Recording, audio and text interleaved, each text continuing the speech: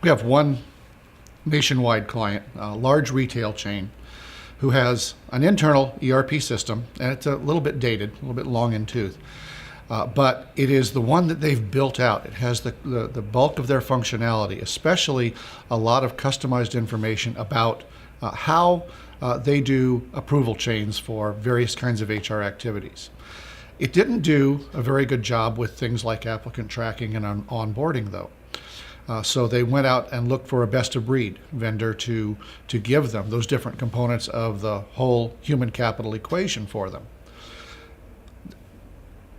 The human capital companies, the onboarding, applicant tracking, performance management vendors always have excellent tools, but they are intended to work alone. They're fairly standalone.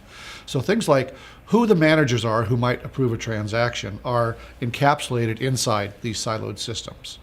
And this retail chain wanted to be able to select the approver for the transaction at that point in time, rather than have one of their recruiters or one of their managers go through a long list of potential approvers and pick the right one.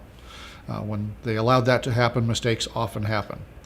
So we operated in a way that allowed interoperability between their core ERP system and the two different components that they used for applicant tracking and onboarding by going out in near real time, querying their PeopleSoft system, and finding those approvers that matched that particular type of transaction at that time, posted them back into the silo systems, those best-of-breed systems, and then executed the transactions for them.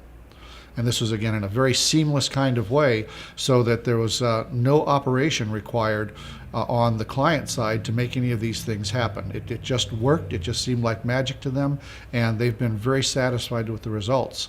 And the reduction of work and the reduction of errors that happen because of this kind of interoperability between systems.